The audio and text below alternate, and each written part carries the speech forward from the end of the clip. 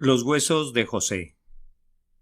Sermón predicado la mañana del domingo 18 de diciembre de 1870 por Charles Haddon Spurgeon en el Tabernáculo Metropolitano, Newington, Londres. Por la fe, José al morir mencionó la salida de los hijos de Israel y dio mandamiento acerca de sus huesos. Hebreos capítulo 11 y versículo 22. No podríamos decir con facilidad cuál acción en su vida piadosa es más apreciada por Dios.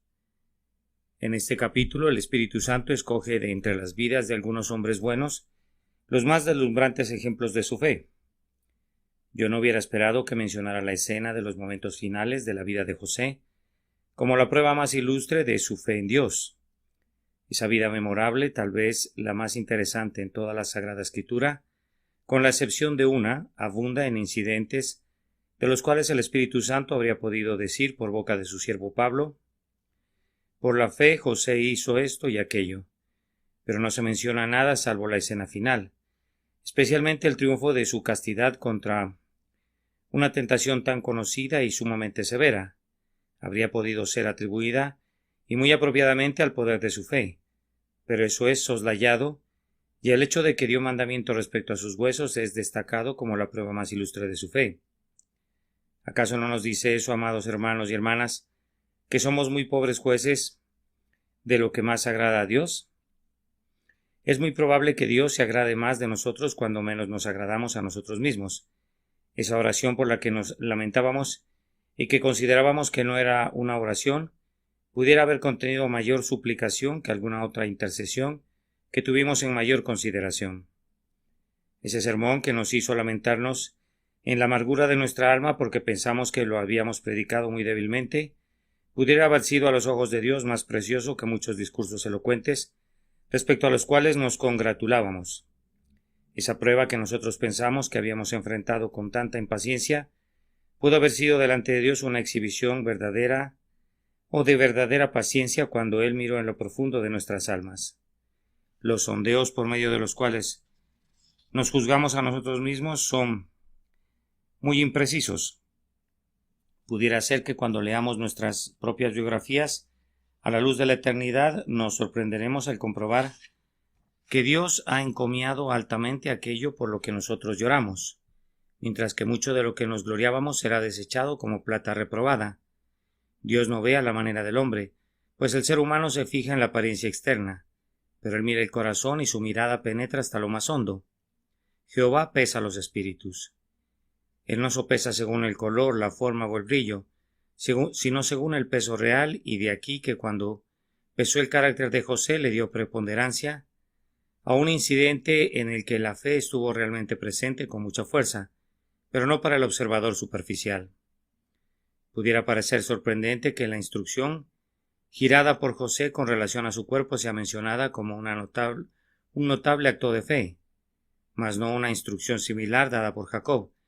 ¿Pues acaso no dio también Jacob un mandamiento con relación a sus huesos? Les mandó luego y les dijo: yo voy a ser reunido con mi pueblo. Sepultadme con mis padres en la cueva que está en el campo de Efrón el Eteo, en la cueva que está en el campo de Macpela, al oriente de Manre, en la tierra de Canaán, la cual compró Abraham con el mismo campo de Efrón el Eteo para heredad de sepultura. Allí sepultaron a Abraham y a Sara su mujer. Allí sepultaron a Isaac y a Rebeca su mujer. Allí también sepulté yo a Lea. Les pidió que trasladaran su cuerpo a ese preciado mausoleo de la familia, ubicado en Macpela, donde descansaban sus padres. ¿Por qué no fue en Jacob un caso de fe como lo fue en José? No podemos hablar siempre de manera contundente sobre estas cosas, pero pensamos que hay una diferencia fundamental entre ambos casos. Ustedes notarán que el deseo de Jacob de ser enterrado en Macpela fue explicado por él mismo como proveniente mayormente de un afecto natural. Él menciona su relación con Abraham, con Isaac, con Lea, y así sucesivamente, y con ese sentimiento natural que es sumamente encomiable, pero que no es producto de la gracia. Jacob desea ser enterrado con sus propios deudos. Cuando su alma fuera unida a su pueblo, quería que su cuerpo estuviera al lado de sus propios familiares. Este deseo era probablemente tanto un gesto de la naturaleza como una expresión de la gracia. Es seguro que el afecto natural habría guiado a José a desear lo mismo, pero él no lo expresa de esa manera. Además, puede verse que Jacob manda a sus hijos que hagan con sus huesos lo que ellos podían hacer fácilmente. Debían llevarlos a Macpela y enterrarlos de inmediato. Él sabía que su hijo José estaba en el poder en Egipto y por tanto todo lo que fuera necesario para su funeral sería provisto. La corte egipcia, según quedó demostrado, estaba lo suficientemente dispuesta a darle la inhumación más suntuosa. De hecho, guardaron luto por él 40 días, denotando con eso que era una persona tenida en alta estima. Jacob, por tanto, no mandó que se hiciera nada que no pudiera realizarse. No hubo ninguna exhibición muy notable de fe en el hecho de ordenar un pronto funeral que el amor filial de José podía cumplir con facilidad. Toma inmediata posesión de su sepulcro en Canaán y por muy excelentes razones no pide permanecer insepulto hasta que Canaán sea poseída por sus descendientes. Jacob opta por una sepultura inmediata, pero José pospone su inhumación hasta que la promesa del pacto sea cumplida. José no solo deseaba ser enterrado en Macpela, que era la naturaleza, sino que no quería ser sepultado allí hasta que la tierra fuera poseída, lo cual era una exhibición de la gracia de la fe. José deseaba que su cuerpo insepulto compartiera con el pueblo de Dios su cautividad y su retorno. Estaba tan seguro de que saldrían de la cautividad que pospone su entierro hasta ese feliz acontecimiento y así convierte lo que hubiera sido un deseo natural en un medio de expresar una santa y piadosa confianza en la promesa divina.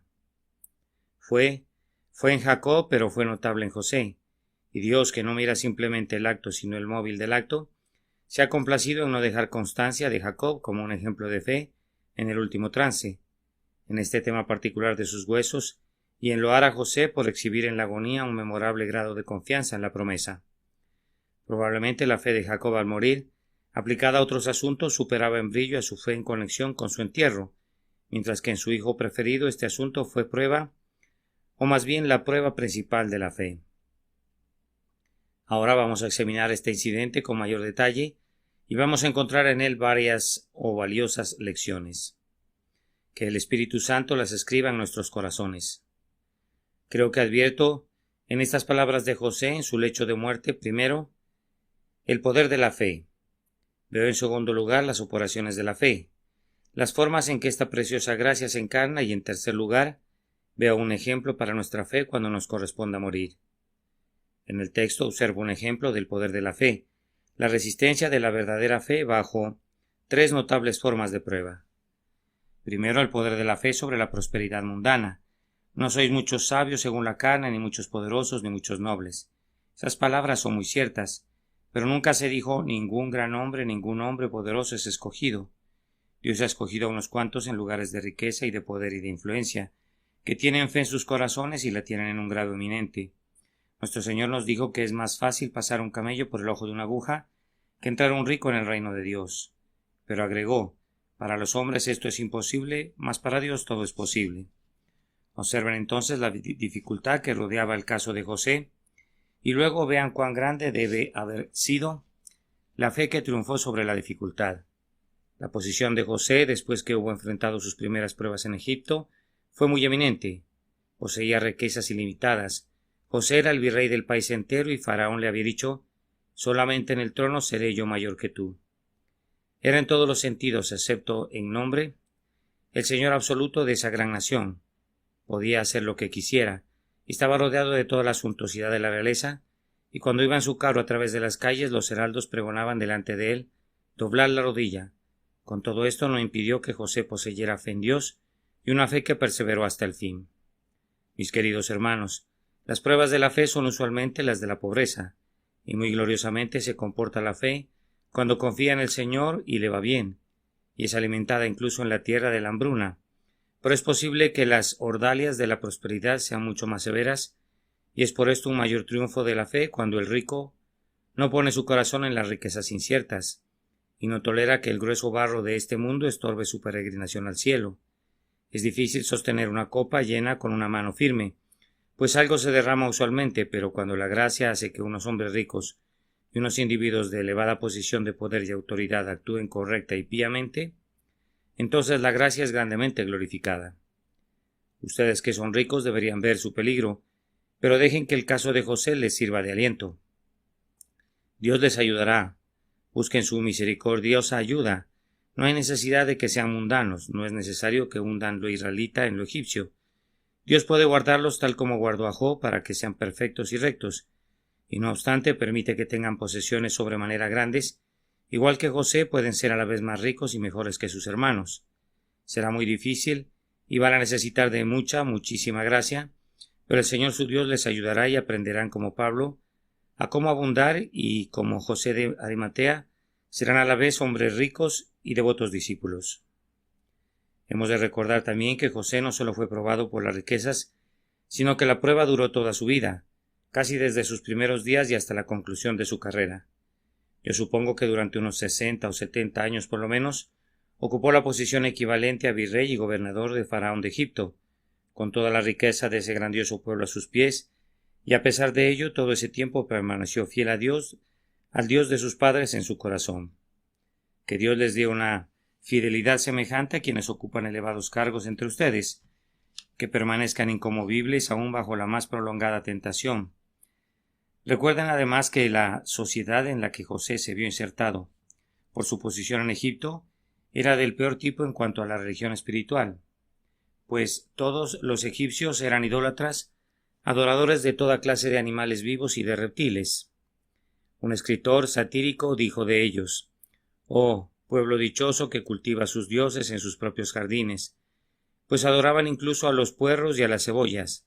Se trataba de un pueblo sumamente idólatra y aunque superaba ampliamente a sus vecinos en civilización, estaba ubicado muy bajo en la escala de la religión. Nos parece ver en José por aquí y por allá trazas de haber sido dañados por los hábitos y costumbres de los egipcios, pero sin llegar al extremo que uno hubiera esperado, ni tan dañado como para hacernos sospechar de su fidelidad al único Dios. Debe de haber habido una considerable profundidad de santidad en el joven, ya que de otra manera habría sido incapaz de vivir en la corte, y en una corte idolátrica, preservando su integridad y su fe en Jehová, el Dios de Israel. No olviden que durante una parte sustancial de ese tiempo José no tenía ni una sola persona de su propia fe con quien relacionarse. Consideren cuán grande prueba debe haber sido para él. He conocido a personas muy fervorosas en la religión mientras vivían con cristianos celosos, y muy diligentes mientras escuchaban un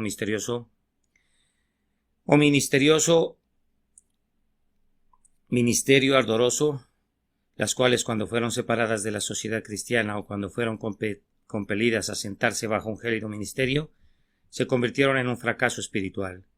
Ay, lamento por algunos que cuando son trasplantados a un suelo más duro han decaído tanto que sería difícil decir si son árboles plantados por la diestra del Señor o no.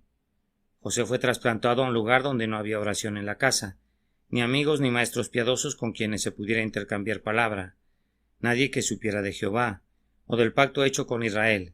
José estaba completamente solo, en medio de un pueblo idólatra con todas las tentaciones de Egipto ante sí, en posesión de sus riquezas y sus tesoros y tentado a vivir como vivía el pueblo, en todo tipo de paganismo, y sin embargo, a pesar de todo eso, se sostuvo como viendo al invisible y al final murió lleno de una fe confiada, gozosa y piadosa en el Dios de sus padres. Ah, este es un gran triunfo de la fe, y yo quisiera instar a cualquiera de mis amados hermanos aquí, que realmente aman al Señor, que busquen que esa obra de gracia en ellos sea tan profunda, tan verdadera y tan íntegra, que si Dios los hiciera reyes no se volverían altivos por eso. Si Dios los separara de inmediato de los vínculos cristianos, no lo olvidarían a Él. Y si se vieran expuestos de inmediato a todas las tentaciones del mundo, las resistirían a todas. Pueden ustedes ver que el poder de la fe de José fue abundantemente evidenciado en su triunfo sobre sus circunstancias mundanas. En segundo lugar, ven aquí el poder de su fe exhibido en su triunfo sobre la muerte. Si van al último capítulo de Génesis, verán que dice: «Yo voy a morir, mas Dios ciertamente os visitará». O como lo expresa el texto, mencionó la salida de los hijos de Israel. La muerte es un gran examinador de la sinceridad de un hombre y un gran demoledor de paredes inclinadas y de cercas que se tambalean. Los hombres han pensado que todo estaba bien con ellos, pero cuando las crecidas del Jordán los han alcanzado, han descubierto que las cosas son muy diferentes. Aquí vemos a José tan sereno y tan tranquilo, que recuerda el pacto, se apoya en él y se regocija en él. Habla de la muerte como si solo se tratase de una parte de la vida, siendo comparativamente un asunto muy pequeño para él. No da evidencia de agitación de ningún tipo, ni lo distrae ningún miedo, pero da su último testimonio a sus hermanos, que se reúnen en torno a su lecho en relación a la fidelidad de Dios y a la infalibilidad de su promesa. Además, si he de colegir a partir del texto que el Espíritu Santo ha escogido el ejemplo más refulgente de la fe en la vida de José, es hermoso advertir que el grandioso anciano se vuelve sobremanera ilustre en su última hora. La muerte no apagó, sino que más bien iluminó el oro que había en su carácter. En su lecho de muerte, más que en el resto de su vida, su fe dora con gloria su entorno como un sol poniente. Ahora que el corazón y la carne le fallan, Dios se convierte más que nunca en la fuerza de su vida, así como sería pronto su posesión para siempre. ¿No es algo grandioso que un cristiano realice su mejor acción al final, siendo más fuerte en poder divino cuando su propia debilidad es suprema? Deberíamos desear servir a Dios en la juventud, en la salud, en la fortaleza, con todo el poder que tenemos. Pero pudiera sucedernos que, como Sansón, nuestro último acto fuese el mayor. Muchos hombres buenos gimen por su vida, ya que habiendo hecho todo lo que podían, resulta insatisfactorio, pero tal vez el Maestro pudiera tener el propósito de darles una misericordia culminante, justo al final, y hacer que el lugar de su partida sea la escena de su más gloriosa victoria, de manera que entren en el cielo llevando los laureles de la fe, para allí arrojarlos a los pies del Salvador. De cualquier manera, José es un noble ejemplo de la victoria de la fe sobre la muerte.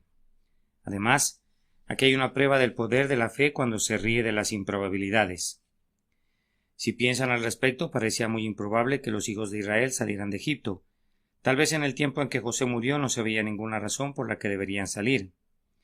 Estaban establecidos en Gosén, habían sido favorecidos con esa porción de la tierra. La sabiduría de José había seleccionado la parte más fértil del delta del Nilo como la tierra de pastoreo para sus rebaños. ¿Por qué habrían de querer salir?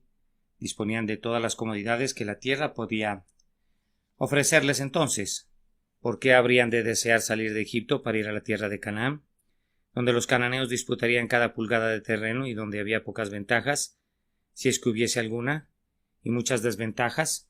Supongan que José hubiera visto por anticipado, como tal vez lo hizo, gracias a una visión profética, que otra dinastía sucedería a la del faraón que lo había honrado, y que Israel sería oprimido. Entonces debe de haber sentido, si sopesó las probabilidades, que era improbable en sumo grado que los hijos de Israel reducidos a la esclavitud fueran capaces de abrirse paso alguna vez para salir de Egipto, para alcanzar la tierra prometida. Si se le hubiese preguntado a cualquier persona calificada para juzgar respecto a la posible ocurrencia de un conflicto entre las 12 tribus y los ejércitos de Egipto, habría respondido: Israel sería pisoteado de inmediato como paja para el muladar y el pueblo permanecería en una servidumbre perpetua. Pero la mira de José estaba puesta en la poderosa promesa. Y en la cuarta generación volverán acá. Él sabía que cuando los 400 años hubieran transcurrido se cumpliría la visión de Abraham, de un horno humeando y de una antorcha de fuego, y la palabra sería establecida. Mas también a la nación a la cual servirán, juzgaré yo, y después de esto saldrán con gran riqueza. Aunque todavía no podía saber que Moisés diría: Jehová ha dicho así, deja ir a mi pueblo para que me sirva. Aunque no pudiera haber visto anticipadamente los portentos en el Mar Rojo, y como Faraón y sus carros serían tragados allí, y aunque no predijo el desierto, ni la nube de fuego y de humo, ni los cielos vertiendo el maná, con todo era firme su fe en que por algún medio el pacto sería cumplido. Las improbabilidades no eran nada para él, y las imposibilidades tampoco. Dios lo ha dicho y José lo cree. En su lecho de muerte, cuando la imaginación se extingue y la fuerte ilusión afloja su puño de hierro, la fe verdadera y segura del hombre de Dios se alzó a su nivel, y como la estrella vespertina proyectó una dulce gloria en la escena. Hermanos míos, que poseamos nosotros la fe que triunfará sobre todas las circunstancias, sobre los dolores de la muerte y sobre toda improbabilidad que pudiera estar aparentemente conectada con la palabra. En nuestro segundo encabezado vamos a esforzarnos por mostrarles las operaciones de la fe. En este caso, José da mandamiento concerniente a sus huesos. El primer fruto de la fe en José fue no quería ser un egipcio. No se le había pedido que fuera un egipcio bajo el yugo. Cualquiera habría podido rechazar eso, no se le había pedido que fuera un egipcio de clase media. Eso habría podido ser deseable desde un punto de vista mundano, pero José tenía la oportunidad de ser un egipcio de la clase más alta. En realidad, él fue exaltado casi a un rango real y habría podido convertirse en un egipcio naturalizado junto con su familia. En la providencia de Dios fue llamado a aceptar los honores y emolumentos de un cargo sobremanera señorial, pero aún así José no quería ser un egipcio, ni siquiera según los mejores términos. Su lecho mortuorio le proporcionó una ocasión decisiva, una oportunidad para dar testimonio de que él es un israelita y de ninguna manera un egipcio. José no dudó. Su elección nunca claudicó. Sin duda habría contado con una tumba muy suntuosa en Egipto, pero no quiere ser enterrado allí, pues no es un egipcio. En Saqqara, muy cerca de la gran pirámide del faraón Apophis, está hasta este día la tumba de un príncipe cuyo nombre y títulos están descritos en escritura jeroglífica. El nombre es Eitzuf, y de entre sus muchos títulos escogemos dos: director de los graneros del rey, y el otro es un título egipcio, Abrek. Ahora bien, esta última palabra se encuentra en la escritura y es la expresión que se traduce como doblar la rodilla. Es más que probable que este monumento fuera preparado para José, pero él declinó el honor. Aunque su lugar de descanso habría sido justo al lado de la pirámide de uno de los monarcas más grandes de Misraim, con todo él no quiso aceptar la dignidad, no quiso ser un egipcio. Esta es una de las invariables obras de la fe en un hombre de riqueza y de rango. Cuando Dios lo coloca en unas circunstancias en las que podría ser un mundano de primer orden, si su fe es genuina, dice: no voy a ser contado con el mundo ni siquiera a este precio. Él teme por sobre todas las cosas que se pueda suponer que tiene su porción en esta vida. Si pudieras poner a un cristiano sobre el trono, el primer temor que tendría sería este: ¿he de ser distraído por una corona terrenal y he de perderme de la diadema celestial? Ponlo en la corte y su gran pregunta será: ¿cómo podré mostrar que no soy uno de los ciudadanos de este mundo? Rodéalo de amplios acres, de una noble mansión, de una gran propiedad, y no obstante él dirá: acepto agradecidamente esto de Dios, pero no quisiera tenerlo. Si lo tuviera con la condición de ser contado entre los seguidores de Mamón, y ahora que he obtenido riquezas, mi oración cotidiana a Dios será: Señor, ayúdame para que use de tal forma mi condición que no sirva con ella a este mundo malvado, sino que pueda ser un padre para tu pobre Israel. Si se llegara al punto de tener que elegir entre el reproche de Cristo y los tesoros de Egipto, optaré por el reproche de Cristo y renunciaré al tesoro. Yo no puedo ser un egipcio. Oh, hombres ricos, este debe ser un punto importante de preocupación para ustedes. Demuestren que no son mundanos. Tú tienes que frecuentar la casa de cambio, visitar el banco, manejar grandes sumas de dinero, pero no seas un gambusino, un buscador de oro. No seas abarcador ni codicioso. Demuestren que si bien están en Egipto, ustedes no son egipcios. Que esta sea su oración. Que Dios me conceda que nunca viva de tal manera que sea confundido con un hombre de este mundo que tiene su porción en esta vida. Mi porción está arriba. Prescindiendo de lo que pudiera disfrutar aquí, el cielo es mi herencia. Noten a continuación que su fe lo apremiaba a tener comunión con el pueblo de Dios. No solo rehúsa ser un mundano, sino que se confiesa que es un israelita. Tal vez me digan que solo tuvo comunión con ellos en su muerte. Con todo, no piensen con demasiada ligereza con respecto a eso. Él renunció al funeral con el que Egipto le habría distinguido y prefirió esperar largos años para que su propio pueblo celebrara sus exequias. Pero les ruego que recuerden que no era la primera vez que José había mostrado compañerismo para con sus hermanos. Esto no fue sino la conclusión de una vida entera de comunión con ellos. Es verdad que no cayó en la pobreza, pues no era necesario que cayera, pero los hizo partícipes de su riqueza. Dios, en su providencia, había decretado que José fuera un hombre rico y un hombre de rango y posición, y él evidenció su compañerismo para con Israel, llevando a su padre y sus hermanos a Gosén, y proveyéndolos allí, y estuvo siempre listo para abogar por ellos y hacer lo mejor que podía para promover sus intereses. Ahora bien, una señal de fe en el cristiano es esta: si es pobre, comparte alegremente la suerte de los pobres de Dios, pero si fuese rico, está consciente de que está colocado en una posición de mando para poder ayudar mejor a sus hermanos y tiene comunión con ellos a través de su constante benevolencia con ellos. Si fuese necesario que demuestre alguna vez su verdadero compañerismo, al punto de tener que renunciar por completo a su posición. Lo haría alegremente para ser contado con el pueblo despreciado de Dios. Me parece a mí que José no se avergonzó nunca de reconocer a su propia raza, y nunca dejó de decirles a los egipcios en los momentos apropiados: yo no soy uno de ustedes, allá está mi familia en Gosén. Como sabía que su familia sería despreciada y perseguida posteriormente, les dijo: conserven mis huesos de tal manera que cuando los degraden a ustedes también me degraden a mí. Voy a permanecer con ustedes en todas sus futuras aflicciones, pues soy uno de ustedes. La verdadera fe hace decir a los hijos de Dios: yo soy el pueblo de Dios, mi alma está ligada a ellos en cualquier circunstancia. A donde quiera que tú fueres, iré yo, y donde quiera que vivieres, viviré. Tu pueblo será mi pueblo y tu Dios mi Dios, donde tú murieres, moriré yo, y allí seré sepultado. En el caso de José, su fe le condujo a una abierta confesión de su confianza en la promesa de Dios. En su lecho de muerte dijo: yo voy a morir, mas Dios ciertamente os visitará, y os hará subir de esta tierra. También dijo: los traerá a la tierra que juró a Abraham, a Isaac y a Jacob. La fe no puede estar muda. He sabido que su lengua ha estado callada debido a la desconfianza, pero al final se ha visto obligada a hablar. Y, hermanos míos, ¿por qué la fe de ustedes no habría de hablar más a menudo, ya que su voz es dulce y su faz es majestuosa? Ninguna lengua es más dulce para el oído de Cristo, ni más potente para los corazones de los hombres que la lengua de la verdadera fe. Si su fe fuera real, aunque pudieran ocultar por un tiempo su luz debajo de un almud, no serían capaces de hacerlo siempre por largo tiempo, sino que serían compelidos a decir: yo creo el Evangelio de Cristo, yo creo en la promesa de Dios, Él guardará su pacto, y yo confieso ser un creyente en su verdad. Habiendo declarado así su fe, José mostró en la práctica que pretendía hacer la confesión, que no era un asunto de forma sino un asunto del corazón.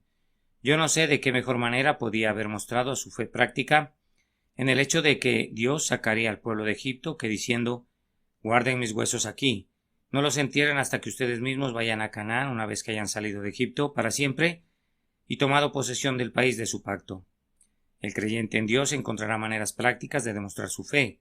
La declarará mediante una abierta confesión, pero también la manifestará escogiendo alguna forma de servicio en la que su fe será puesta a prueba, o si le fuese asignada de alguna aflicción de parte de Dios, la aceptará alegremente, esperando que Dios le dará la fuerza necesaria para poder hacer frente a la emergencia, y así su fe triunfará en la tribulación. La fe que no se demuestra por obras es una fe que ha de ser temida. Si tu fe no te hace hablar nunca por tu Dios o servirle, es una fe bastarda, una presunción innoble que arruinará tu alma. No vino nunca de Dios y no te llevará a Dios. Pero José era muy práctico, tan práctico como las circunstancias le permitían serlo. Además, noten que poseyendo él mismo la fe, José alentaba la fe de otros. No se puede decir de nadie que tiene una fe real si no se preocupa por la fe, porque la fe pueda ser encontrada en los corazones de sus prójimos. Pero dices tú: ¿qué hizo José para alentar la fe de otros? Bien, hizo que sus huesos se convirtieran en un sermón permanente para los hijos de Israel. Leemos que fueron embalsamados y puestos en un ataúd en Egipto, y así estuvieron siempre bajo la custodia de las tribus. ¿Qué quería decir eso? Cada vez que un israelita se acordaba de los huesos de José, pensaba: hemos de salir de este país algún día. Tal vez se tratara de un hombre que prosperaba en los negocios, que acumulaba riquezas en Egipto, pero se diría a sí mismo: tendré que despedirme de todo esto. Los huesos de José han de ser trasladados, no he de quedarme aquí para siempre. Y luego, mientras actuaban como una advertencia, su cuerpo serviría también de motivación, pues cuando los capataces comenzaron a afligir al pueblo, su tarea de ladrillos fue incrementada. El deprimido israelita diría: no voy a salir nunca de Egipto. Oh, pero otros dirían: José creía que lo haríamos. Allí están todavía sus huesos insepultos. Él nos ha legado la seguridad de su confianza en que Dios a su tiempo sacaría a su pueblo de esta casa de servidumbre.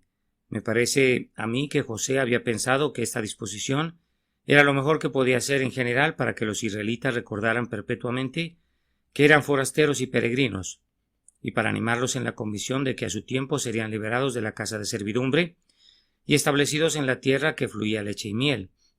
La fe verdadera busca propagarse en los corazones de otros, es denodada, ávida, intensa. Si por cualquier medio puede esparcir un puñado de la simiente santa, que caiga en buena tierra y glorifique a Dios.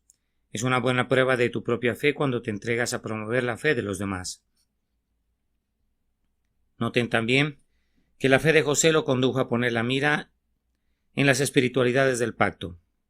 José no tenía nada terrenal que ganar al hacer que sus huesos fueran enterrados en Canaán, más bien que en Egipto. Eso no es algo que importe mucho para un hombre moribundo.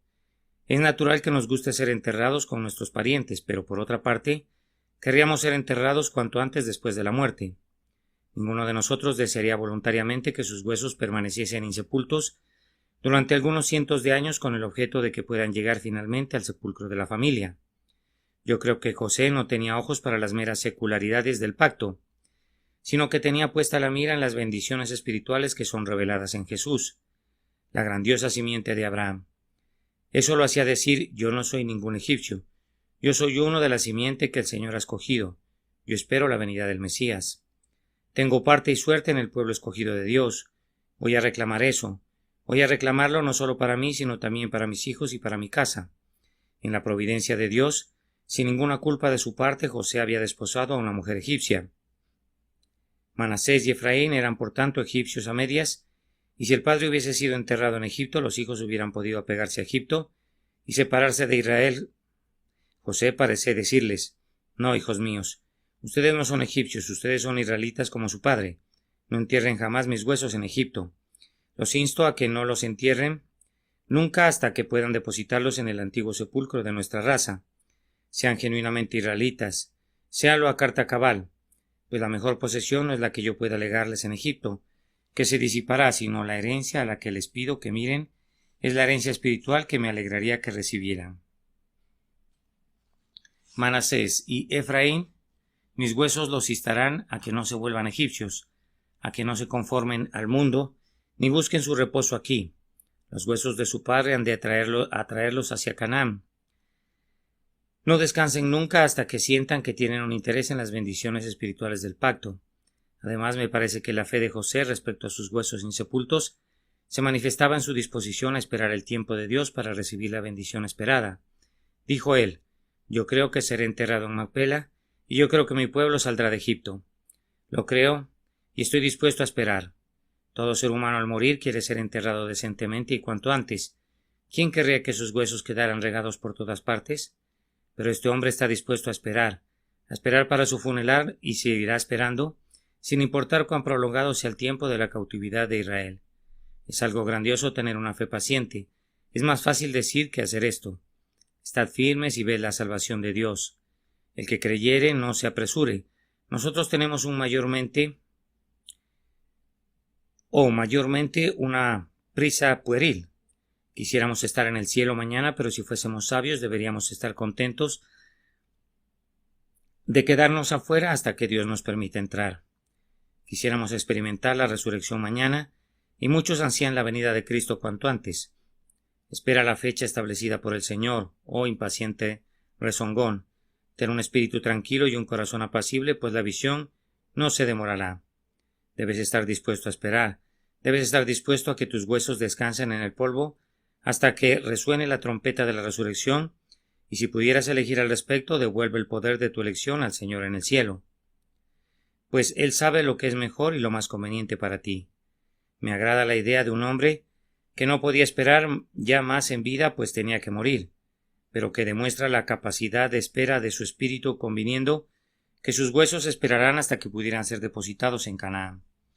Ustedes notarán que tenía el deseo de José, pues cuando Israel salió de Egipto, verán en el capítulo 15 de Éxodo que Moisés se ocupó de llevar consigo los huesos de José, y lo que es más bien singular es que esos huesos no fueron enterrados tan pronto como entraron en Canaán, ni fueron enterrados durante las prolongadas guerras de Josué con las diversas tribus, pero en los versículos finales del libro de Josué, cuando casi toda la tierra había sido conquistada y el país había sido repartido entre las diferentes tribus, y habían tomado ya posesión de la tierra, entonces leemos que enterraron los huesos de José en el campo de Siquem, en el lugar en el que Abraham había comprado para un sepulcro.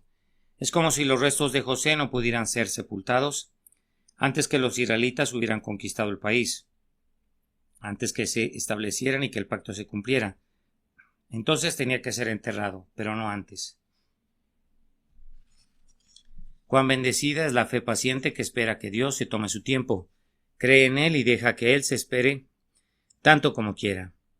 Debo concluir abordando el tercer punto. Creo que tenemos en nuestro texto, queridos amigos, un ejemplo a seguir para nuestra fe, cómo actuar cuando llegue también el momento sobre nuestra muerte. Imaginaremos que nuestra muerte está muy cercana, y esta idea será literalmente verdadera para algunos, y cierta para todos nosotros tarde o temprano. ¿Cuál habrá de ser mi consuelo cuando esté a punto de morir? Vamos, permítame preparar mi último mensaje antes de morir. Ahora reflexionen en esto. Primero yo quisiera imitar a José, extrayendo mi consuelo del pacto, pues eso hizo él. Ese mandamiento respecto a sus huesos lo hizo únicamente porque creía que Dios guardaría su pacto con su pueblo y que lo sacaría de Egipto. Que ustedes y yo seamos capaces de decir con David: ¿no es así mi casa para con Dios? Sin embargo, Él ha hecho conmigo pacto perpetuo, ordenado en todas las cosas y será guardado. Ah, alma mía, esto no es morir, sino solo un transitar de la tierra al cielo. Jesús, quien es el mismo, el pacto, alivia muy benditamente los hechos mortuorios de sus santos. A un hombre de color negro le preguntaron después de haber estado atendiendo a su ministro una noche: ¿cómo está tu amo? Él respondió: se está muriendo lleno de vida. Es algo grandioso cuando tenemos disponible el pacto para pensar en él. Entonces tú puedes morir lleno de vida. Puedes desplazarte de esta vida inferior estando lleno de vida eterna, y antes que la vida temporal se hubiere desvanecido, de tal manera que nunca estés desprovisto de vida, pues la vida de la gracia se integra a la vida de la gloria, tal como el río lo hace en el océano. José puede ser un ejemplo para nosotros en el sentido de que recibió el consuelo viendo el futuro de su pueblo. Ciertamente Dios os visitará y os hará subir de esta tierra a la tierra que juró. Muy a menudo los pensamientos de un cristiano agonizante se ven turbados por la condición de la Iglesia de Cristo. Teme que días tenebrosos estén cayendo sobre ella. Si es un ministro, pregunta ansiosamente: ¿qué hará mi gente ahora que ya no pueda guiarlos y alimentarlos? ¿No serán como un rebaño sin pastor? Pero aquí intervendrá la consolación, pues hay mejores días para la Iglesia de Dios, aunque los padres duerman. Todas las promesas en verdad están por engendrar un glorioso día de gracia. Aunque uno tras otro todos nosotros moriremos. No hay días tenebrosos para nuestros descendientes, sino que vienen días de brillantez. Aparezca en tus siervos tu obra, y tu gloria sobre tus hijos. Preciso es que reine hasta que haya puesto a todos sus enemigos debajo de sus pies. Los reyes de las costas le han de reconocer y los merodeadores del desierto se postrarán delante de él. Jesús, el Cristo de Dios, ha de ser rey sobre toda la tierra, pues Dios lo ha jurado, diciendo: y verá toda carne la salvación de Dios, y se manifestará la gloria de Jehová, y toda carne juntamente la verá, porque la boca de Jehová ha hablado. Con pensamientos como esos en nuestras mentes, muy bien podemos cerrar nuestros ojos en la muerte con un canto en nuestros labios. Y luego, hermanos míos, tenemos otra esperanza más brillante con la cual morir. Si hemos de morir antes de que sea cumplida, y esa esperanza es Cristo Jesús, el Hijo de Dios, visitará a su pueblo. Hermanos, la dichosa esperanza en la segunda venida de nuestro Señor Jesucristo puede iluminar la cámara de la muerte con esperanza. Tal como dijo José: Dios ciertamente os visitará. Se aproxima el tiempo cuando el Señor descenderá del cielo con voz de mando, con trompeta de arcángel y la voz de Dios. Nuestro testimonio a la hora de la muerte debe ser con el fin de que con toda seguridad Él viene pronto y su recompensa está con Él. Nosotros no tenemos que poner la mira en el futuro, como el judío lo hacía. Él esperaba la primera venida, pero nosotros estamos pendientes de la segunda venida. Esto nos animará aún en nuestra partida, pues si muriéramos antes de que Él viniera, aún así tendremos parte en el esplendor, pues los muertos en Cristo resucitarán. Podemos agregar a todo esto una esperanza respecto a nuestros huesos. Podemos decirles a nuestros llorosos parientes, cuando se reúnan en torno a nuestro lecho, que den a nuestros huesos una sepultura decente. No necesitan hacer ostentación de nuestros nombres, ni escribir nuestras imaginadas virtudes sobre la piedra, pero les diremos que resucitaremos y que nos entregaremos al seno de nuestro Padre y nuestro Dios con la plena convicción de que nuestro polvo será vivificado. Mis ojos lo verán en aquel día, verán al Dios que murió por mí, y todos mis huesos vivificados dirán: Señor, ¿quién hay como tú? Yo no sé cuándo un testimonio de la resurrección pudiera sonar más dulcemente que cuando brota de los labios de un santo que está a punto de abandonar ese cuerpo mortal para entrar en la presencia de su Dios. Es bueno decir, al abandonar estas manos y estos pies, y todos los miembros de esta estructura mortal. Hasta luego, pobre cuerpo, voy a regresar otra vez a ti. Tú serás sembrado en debilidad, pero resucitarás en poder. Tú has sido un amigo fiel y un siervo de mi alma, pero serás todavía más idóneo para mi espíritu cuando suene la trompeta. Y los muertos, ojalá que nos cuidemos de que nuestro último acto sea en triunfo de la fe, el acto culminante de nuestras vidas. Que Dios nos ayude que así sea. Amados, hay una triste reflexión, es decir, que no podemos esperar morir triunfalmente a menos que vivamos obedientemente. No podemos esperar mostrar fe en los momentos de nuestra muerte si no tenemos fe ahora. Que Dios te conceda fe, oh incrédulo buscador. No descanses hasta obtenerla, y que el Espíritu de Dios te dé la fe de los elegidos de Dios, para que viviendo puedas servir a Dios y muriendo puedas honrarlo tal como José lo hizo en la antigüedad. Que el Señor los bendiga, queridos amigos, por Jesucristo nuestro Señor. Amén. Los huesos de José. Sermón predicado la mañana del domingo 18 de diciembre de 1870 por el reverendo Charles Haddon Spurgeon, en el Tabernáculo Metropolitano, Newington, Londres. Por la fe, José al morir mencionó la salida de los hijos de Israel y dio mandamientos acerca de sus huesos. Hebreos capítulo 11 y versículo 22.